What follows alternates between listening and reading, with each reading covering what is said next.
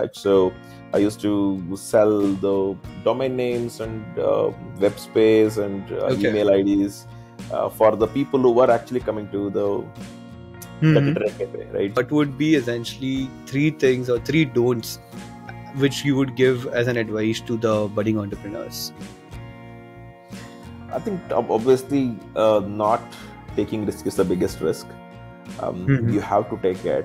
No one will take on behalf of you. Right.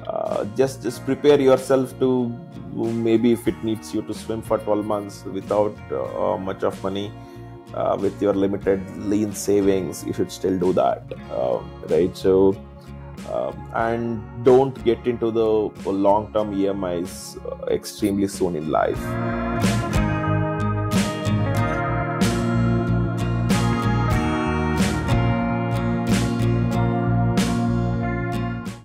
Hello and welcome to a brand new episode of Fintech Ki Baat Dil Se. This is your host Shreyas Jani, and today we have with us Mr. Sathvik Vishwanathan, founder of one of the oldest crypto exchanges in India, Unocoin. Hey Sathvik, thank you so much for joining us today. Thank you for inviting me for the podcast, Shreyas. It's a pleasure. I had to.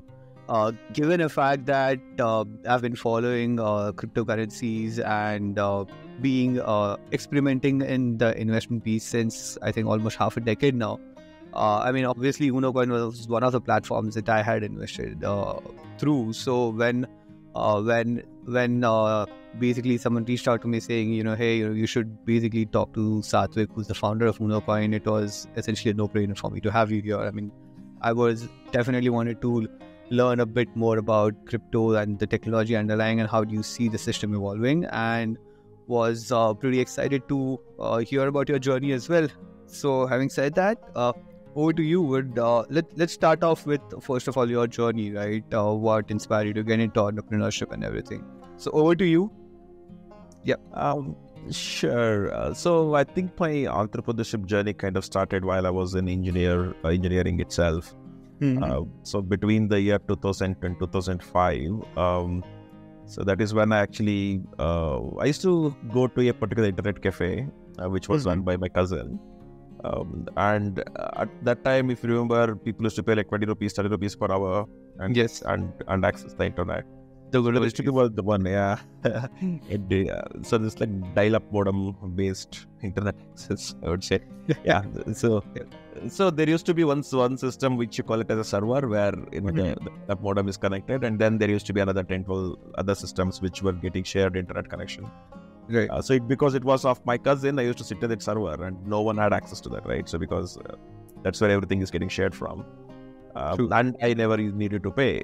Instead, I was helping him do the calculation, like how many hours everyone is using it and taking the money. So, and at that time, I started exploring a lot of new things on the internet and such. So I used to sell the domain names and web space and email IDs for the people who were actually coming to the internet cafe, right? So just asking what is your email ID and making a note of it was like a huge privilege for people at that point of time, right? So people had like yahoo.com and maybe Hotmail. There was one more called Rediff. Yeah, Rediff and the Pacific.net. So those are like some 3-4 of them where people used to get their email IDs. True. And that's also the time when people actually had started exploring talking to others through online chat messenger, and there is rooms that were getting created for talking and then meeting random people, etc. Right? So they always have that enthusiasm to impress someone on the other side when you are talking to them on the internet. Right. While one is through voice, but it was also people saying that, okay, if they want to give an email ID, they want it to be something special, right? So so when people ask me, they used to say, my email was sathvik@sathvik.com, and the first question is, how come Yahoo is not there? How come Hotmail is not there? Like, what's going on here, kind of thing, right? So then you can have yours as well. If you are Shreyas, I can get you Shreyas at shreyas.com. This So I used to charge good amount of money for that, and let's say Shreyas had a girl whom is trying to impress on the internet, and if it was her birthday or something like that, they used to create these, greeting cards. So normally 123greeting.com is what people used to go. But I could actually create a web page with the greeting, maybe sometimes whatever the poem and maybe some photos, whatever they have, kind of thing. Yeah. So, and every page creation used to fetch me like 5,000, 6,000 rupees, no less, right? So, yeah, by the time I completed my engineering itself, I had close to a few lakh rupees of business that I had done. And that was, I actually come from a tier 2 town called Tumkur, which is about an hour away from Bangalore. Right. So there was also the time when these handset like mobile phones, right? So were starting to use that Symbian based Nokia phones, right? So they were going from the normal white and black small digital display ones to the colorful screen one like Nokia 6600, 7610. So those are all the times. And while the people in my college actually had some money to buy those things, but going to Bangalore and getting it was a huge challenge. It is not like as simple as what we do today. There is obviously no Amazon, no Flipkart. True. So I had a friend who used to travel between Tumkur and Bangalore every day for his job. So I actually were able to charge about 500 rupees extra to people who ever want the phone. So bring the money in the morning, give it to him, at the night deliver the phone. And we used to just split the profits with my friends, whoever was working in Bangalore. So I think there as well. So like that, I think. Yeah, that's what you would do as an engineer, right? So you really want to. Obviously you cannot go and work in some company. So it's not practical. So I come from a business background. My parents didn't, right? So we always have that thing. Okay, how much you buy it and how much you sell it for, and whatever the difference you make is your money, kind of thing, right? So it's very simple. So that was already, entrepreneurship was ingrained into you from the get-go. I definitely think so. So we keep listening to the conversations that they are having, right? So and they will be on one phone they'll be talking about how much they want the item for per kg, and on the other side they'll be speaking to customer where they're quoting little higher prices and taking the cut, right? So that is, if you just stay with them for half an hour, you would know what kind of business they're trying, how they're trying to manage. They're the vendors are curated, customers are curated, but in my case it was my friends, right? So I used to get, initially it was only for my engineering branch, and then it became other branches, then it became other engineering students years, second, third year also wanted phones. That was the time, right? So it used to be about 7,000-8,000 rupees. So that's the kind of money, 2,000. So you scaled up pretty well. Yeah, it was a full college. It's easy. But I got maybe close to about 200 phones, something like that. So it's a lot of them, yeah.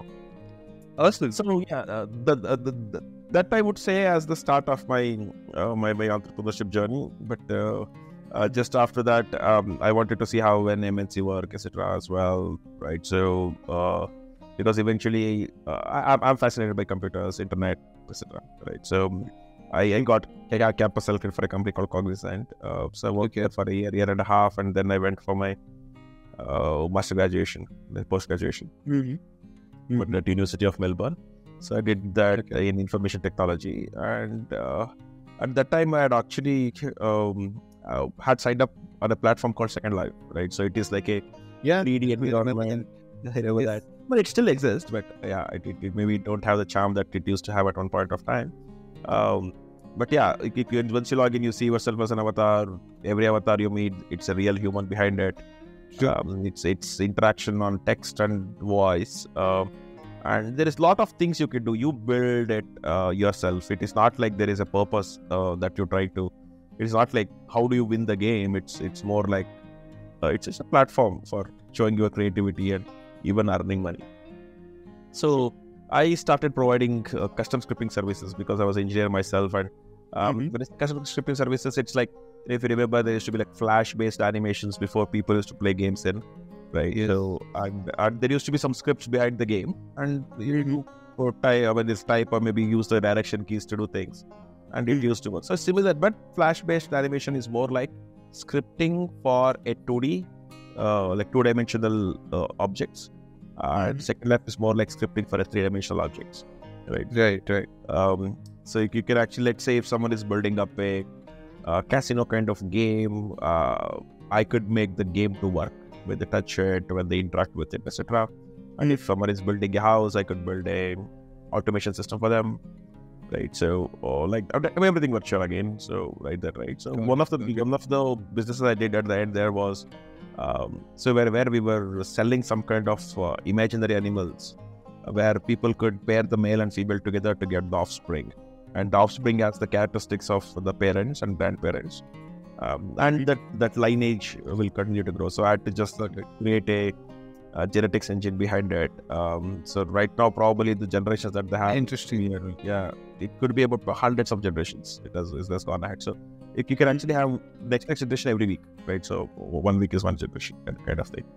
And the only trick there for our business was that the male and female will give birth to the offspring only if they're eating food which is sold by us. So people had to buy our food every week, every month, and maintaining one animal like that costed almost close to $1 per month. Okay. And we had close to about 30,000-40,000 animals like that, and it actually became quite emotional. So we had some background story for it, why we are selling what we are selling, and why we want people helping these animals. So yeah, I mean, when we were earning the money like that, and for me to get that money back to India, I had to use PayPal as a mode of payment. Right. So, and they used to charge me 3.9% as transaction fees and another 3% as conversion fees when they are converting the remaining money to Indian rupees. So losing about 7% of the money for about 4 or 5 years actually quite added up, and that is when I started looking at the alternatives. So I had a business partner in that. So he started telling me about Bitcoin. Why don't you use this? It's just like so simple. It is going up in value. It is right now. When 2 years ago it was in cents, now it is in like $5, $8, whatever, right? So I did not bother initially, but yeah, after some time I started looking into it and such. Because I'm a techie by myself, I wanted to understand all pieces of it, all them. So how it is working without anyone in between was true biggest, right? So I happened to go to a meetup in that weekend in 2012, and that's where I've actually met Sunny, who is also my co-founder today for Unocoin. So at that time, the intention for him to create the meetup is to again meet like-minded people. So he was an electrical engineer working in a robotics company, which is in Canada, but he was trying to build the Indian market for that particular robotics company. And he was selling the robotic arms for your IITs and ISC, etc. So so at that time we happened to meet, but we have to identify that there is a lot of synergy. There is a lot new things you can learn from this. This is like why it is so interesting. Why it is cheaper to transfer, and how it happens almost instantaneously, right? Yeah, that was all the questions, and I identified this is a great solution for the money that I'm losing and the time I'm losing while waiting for the transfers from US to India. And at the same time, we were also looking at other opportunities that we can have in Bitcoin. So we did some Bitcoin mining. Did work in our favor. So the same week when we had the minus is also the week the called as difficulty. I can explain this a little bit later, but yeah, it went up, making it tough. Got it. The complexity became more. The complexity was. So there we lost a little bit of money, but then we identified that there is a huge gap in India market for people to get Bitcoin if they want. Right? So the meetups that I was happening every week. And people used to bring some cash, hoping that someone else who is coming for the meetup will have some Bitcoin to sell. So we thought that I feel in-person cash transactions happening. If I'm not wrong, they were also at that time it was okay. No such restrictions like 20% rupees. So it was like of course. I also remember there were some websites that basically acted as a matchmaking platform for people wanting to buy Bitcoins in cash, and for people who wanted to sell their Bitcoins for cash. Yeah, local Bitcoins. I think that's what probably maybe that's what it is. Yeah, they got shut down very recently, or like last year or so. Okay. Yeah, so then we saw that to be an opportunity. We had MT Gox. There's a website called MT Gox that was helping bigger part of Japan market and to some extent globally as well. Then we had Bitstamp for Europe, Coinbase for US. Then at that time, he as well had a vision that I want to like have a service like that, and I had few employees working with me because of the Second Life project. So I just pulled a couple of them together to launch Unocoin. Okay. Yeah, we launched Unocoin in December 2013. So and 10 years now. Yeah, Almost 10 years. So we did a conference, which was actually the first Bitcoin conference in Asia as well, actually. And in ours, we actually invited people from Reserve Bank of India, SEBI, CBI, CID, everyone we can think of. And to our surprise, everyone turned up. Like a lot of them turned up. Oh, great. And we had a representative from RBI who is a lawyer there. Anyway, so they introduced themselves to us, but they said we cannot tell others that they are here, right? So they just want to sit and listen. This is a new thing, and they knew about this. So they want to see what is happening in India and be up to date about this. Right? So, we had close to about 250 delegates and these people. And it was a very successful conference. The first of its kind, what we were trying to achieve. So the discussions were more about what is Bitcoin and how it works. We did not have a lot of other cryptos. It was just Bitcoin. At that point of time, it was Bitcoin that was really popular. Litecoin, we had Litecoin. Dogecoin was also a little bit there. Back in 2013. Yeah, I didn't know Doge was that. 13, 14, yeah. It was a fun coin at that time. You could get like millions of it for nothing. Millions of it. Yeah. So at that time, and we just concentrated the conference on Bitcoin alone. So then there was one part of the session just for mining, and one part of it for just regulations and such, and one part of it is for trading and exchange, right? So it was like 4-session conference. So at the same time, we launched Unocoin as well. So we had customers from beginning. So but the first day itself, there were close to a couple of hundred registrations. But then the registration slowed down. Whoever want to get exposure to it actually would have got it. At least like now they are the members of the users of a Bitcoin platform. So yeah, that kind of started Unocoin, which was a simple way for people to buy and sell Bitcoin. Interesting. Then it's a journey.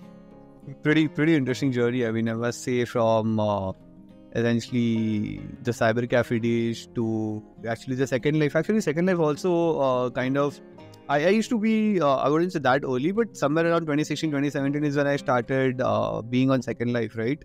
And that is when, basically, when I look at Metaverse now, or what essentially is happening there, I get flashbacks to Second Life saying, yeah, this is just, they are trying to bring Second Life to virtual reality. I mean, that is essentially what I look at Metaverse and say, yaar, wahi to ho raha hai yahan pe. There's nothing new here. It's been around for decades. It started 2001, 2002. So I am in it since 2006. So I'm like 17 years old. Avatar there. Literally 17 years old. Oh my God. Yeah. The Avatar will be legally be able to drive next year. Actually. Having said that, I mean, pretty interesting journey so far. So just in an entire almost like 1.5-2 decade long journey, what has been the most humbling moment for you when you kind of realized that basically it challenged everything that you knew about crypto and Bitcoin and everything? What has been the most humbling moment? I think the initial days of Unocoin itself, it was so tough for us to explain what is Bitcoin, and people literally thought it was like some kind of MLM scheme and scam. Today, people don't mind to invest, like they have online so many portals, etc. They don't even mind getting scammed also. It's like if they get targeted right, left and center, there are sometimes they lose money online. But at that time, it was not that simple.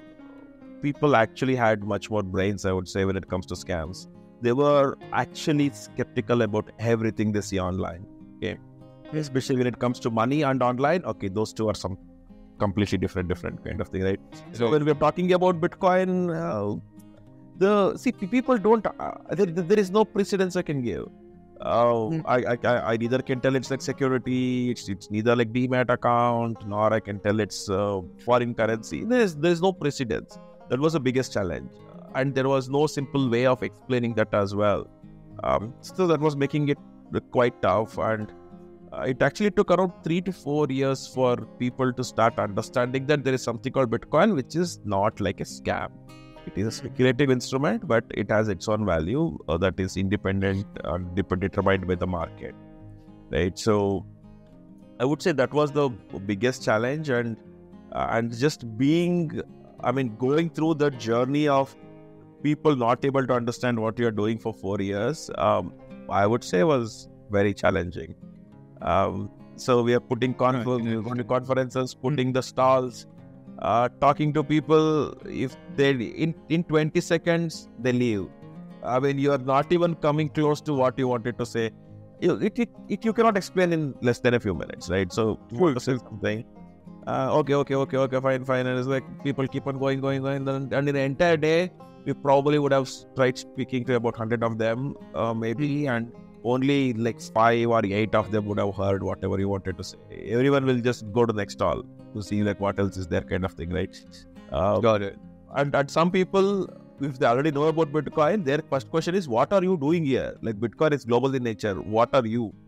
And so we have to say, no, we are just a trading platform and people actually can buy. I said, oh, is it? I didn't know they can. They thought they can only mine but never buy and sell. Right. So, that was another big misconception in the earlier days. A lot of. And then when there's all the prices are like 30,000, 40,000, 50,000 rupees kind of thing.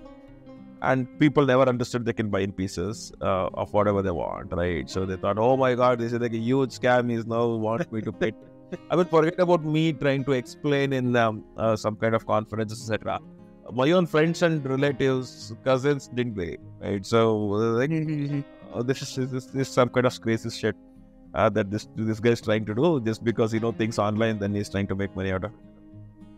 Anyway, the good thing I did was I never forcefully explained it or made anyone invest. So I just said, if you on the day you understand, you do it. I don't even need to know that you are doing it. My platform supports everyone, including you. That was the explanation I really had to give. And you know what? Mentality of India is, you can talk about like how the previous performance has been in last 2 years. The price has gone up by X percentage and such. Then from after they invest, after just 1 week, they start asking, when will it go up? And I've actually waited for 3 months, but not even like a little bit of return. Can you just get it back at the same price and just pay my money, I'll go away. Those are the kinds of things we were like totally afraid of, because India mentality was a little different, right? So, and some of them do invest in crypto, invest in equity. But crypto was like super new, right? So for that, there is some kind of trustworthy broker who used to take the orders. Okay, you want 100 Infosys stick, I'll get it for you, kind of thing. So that was not here, right? So it was like self-service platform. Yeah, it was tough. But eventually, I think the 2016-17, the price increase and the bull run that we saw in that that gave it a lot of attention. And that's pretty much when actually people started recognizing. And I mean, when a lot of media, and media was not negative at that time compared. So true. If you tell, even it's a complicated thing, if you tell it again and again, every single day, if they start seeing it on the newspaper, right? So people started to read one other point of time, right? So, and now that they have seen a platform exist, okay, what it is actually the thing, and we existed since already 4 years. Right. At the time it actually reached the newspaper. Yeah. So, but yeah, that I would say was the tough moment for us, tough 4 years to actually navigate the space without most of people not understanding it. Got it. No, I think makes sense, right? I mean, explaining this kind of a concept to the masses and driving the adoption is, I think, must have been a humongous challenge as such, especially during the time when there was no media attention or any other awareness at all about it. And the complex the product, I mean, there are more chances of, misconceptions arising and people looking at it from a different perspective. No, fair. I think makes sense, yeah.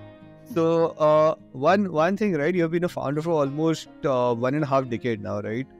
So, how has it is anyways a difficult thing to start something on your own and build it, right? But given the fact that you are doing something basically, which took a lot of time to explain to people, and there has always been a controversy surrounding those things.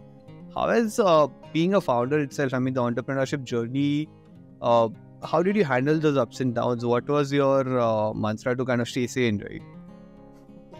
I think the tough part in my life is not to start something new, but actually to stop it, right? So, so now I was like super scared when I was closer to the end of my engineering that this is a new stream of income that I lose now because of mobile phone. Then when I was joining Cognizant, then okay, my internet revenue that I used to get using selling domain names and emails is now gone. So Right. I mean, I used to make close to say 40,000-50,000 easily per month, very easily. And I was joining a company which is an MNC where my pay itself was 13,000 rupees, 13, right? So yeah, you want to learn, and obviously I didn't have that much of expense. Still, it was like, okay, I had to now stop this and go there, right? So from there, again, whatever I saw, I learned was quite interesting, but obviously, you have to move on to the next steps. Your entrepreneur mindset will keep on kicking in, saying that, look, these people are doing this things, and you can do the similar thing, right? So, Interesting.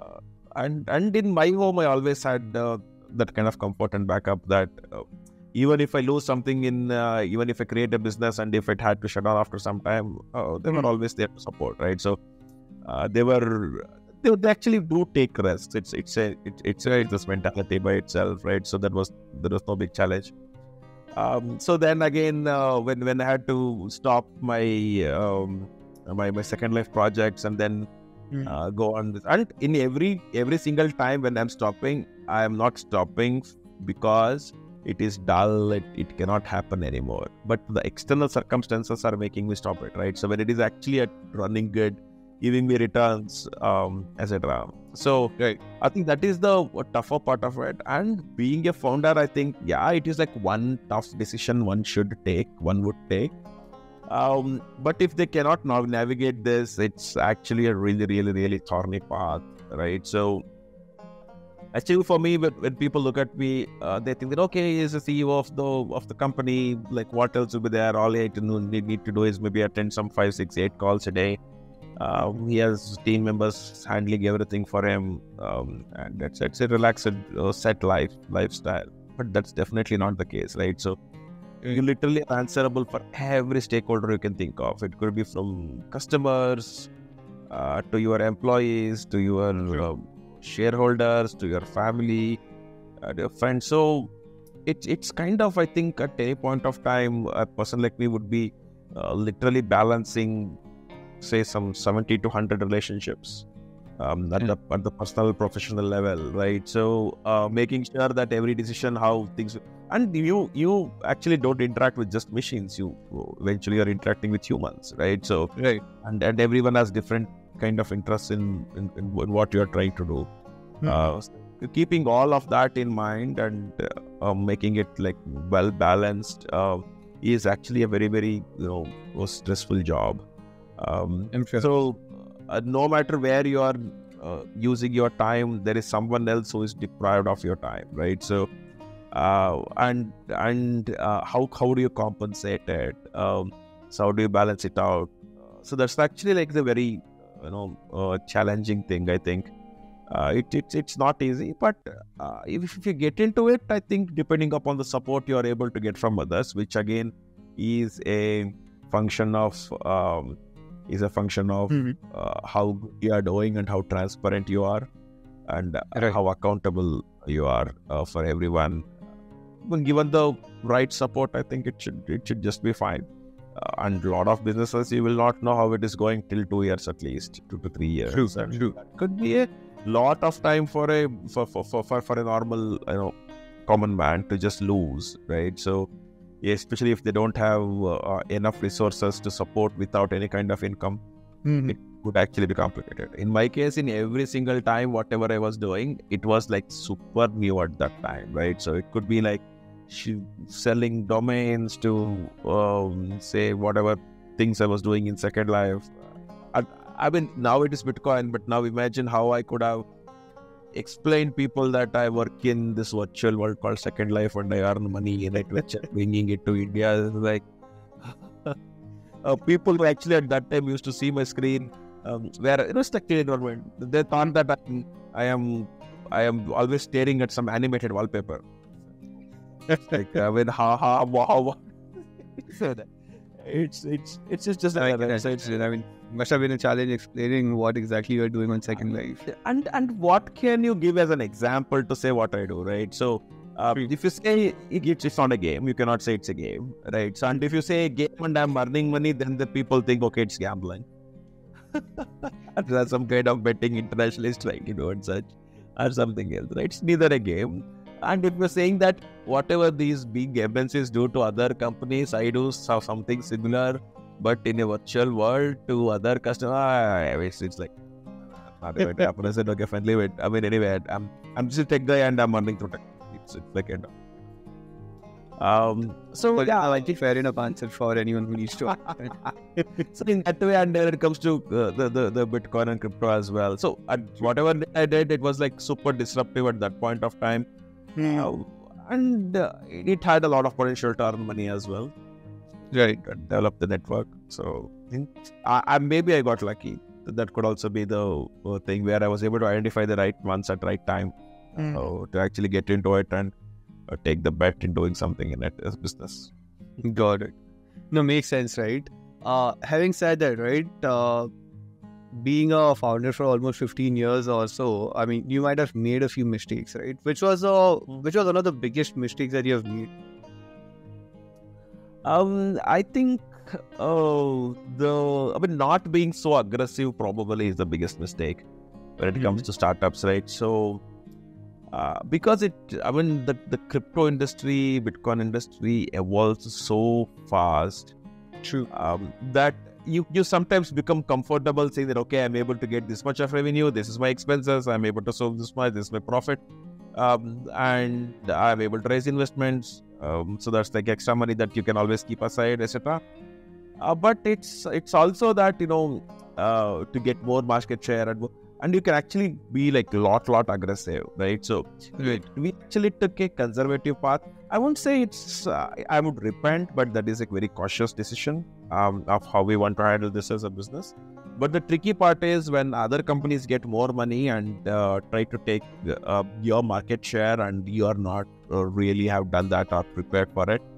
Actually makes it like tough, I think. So it's equally important for the startups to know when to accelerate. I think that's fine when you are running alone, or maybe just like a race of 2 or 3 people who are of similar mindset, that could work. But when you actually start seeing more cars on the racetrack, you have to instantly take the accountability of that and maybe amend your strategy. Makes sense. Because after they've accelerated and gone ahead, and then you think of accelerating, will actually make you lose a lot of money, and they already may have way too much money already because of raising some investments and revenues. So that makes it tough. I think starting ahead, but starting way too soon is also bad, but sometimes you will not know. That's a bet, right? So you will not know when it will actually be famous. But it's okay if you go wrong there, right? Because you would not know its market conditions. But however, not able to accelerate at the right time after being there for some time. Because if you are too old to it, then your acceleration enthusiasm will be of different level. You would have built your team, and your entire organization would have become bulky, right? So as compared to someone who is like new, sleek, fast, that actually could be a big issue for the business, or Of course, over the short term. So I just see it that way. So maybe we could have accelerated faster. got it. Having said that, I think that brings us to the last question of this segment, right? What would, given your experience, right, what would be essentially 3 things or 3 don'ts which you would give as an advice to the budding entrepreneurs? I think obviously not taking risk is the biggest risk. You have to take it. No one will take on behalf of you. Right. Just prepare yourself to, maybe if it needs you to swim for 12 months without much of money, with your limited lean savings, you should still do that. right? So and don't get into the long-term EMIs extremely soon in life. True. It's equally important to have a happy life, and with have the social life and validations and good education for children and happy happily being with the family and such. So they should not get into EMIs way too soon, right? So because anyway, if they have chosen either being an entrepreneur or a normal employee, after 10 years maybe getting into a apartment, like taking a loan, does make sense. But not, okay, why should I pay the rent to my apartment? Why can't I just go ahead and put some loan or take some loan and start paying that as the EMI itself to eventually in 25 years own that apartment myself? You definitely deserve better than that, right? So and if let's say if your salary is 50,000 and maybe 25 of it is just going towards your EMI that is like fixed, it significantly matters as compared to the same 25,000 when your salary has gone up to 1 lakh, right? So and losing that kind of money in the initial days, which you could have actually used it to explore the world, meet people, have a better social and family life and such, actually like matters the most. And as you grow older, your responsibility will continue to increase. You may not be able to give the same kind of time when in the future to your family and balance things out. I think that's one of the mistakes that both employees and also the founders actually try to do.